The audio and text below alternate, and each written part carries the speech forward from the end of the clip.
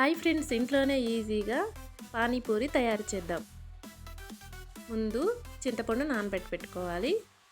ఇప్పుడు ఉడికిచ్చిన ఆలు వేసి బాగా స్మాష్ చేసి ఒక స్పూన్ చాట్ మసాలా, తగినంత ఉప్పు, కొంచెం జీలకర్ర పొడి, కొంచెం మిరియాల పొడి, కొంచెం గరం మసాలా పొడి, కొంచెం కారం, కొంచెం పసుపు, ఆనియన్, కొత్తిమీర వేసి ఈ విధంగా బాగా కలిపి స్టఫ్ పక్కన పెట్టుకోవాలి.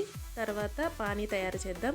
కొత్తిమీర, పుదీనా, అల్లం, పచ్చిమిర్చి ఈ 3 గ్రైండ్ చేసుకోవాలి. 4 గ్రైండ్ చేసుకొని ఈ విధంగా ఒక గిన్నెలో వేసుకొని తగినన్ని నీరు వేసుకోవాలి. చిటికెడు కారం, ఒక స్పూన్ చాట్ మసాలా, ఒక లెమన్ జ్యూసు, తగినన్ని నీరు, చింతపండు జ్యూస్ కూడా వేసి ఉప్పు, పులుపు సరిపోయిన తర్వాత సర్వ్ చేసుకోవడమే. ఎంతో easy and tasty panipuri ready. Thank you.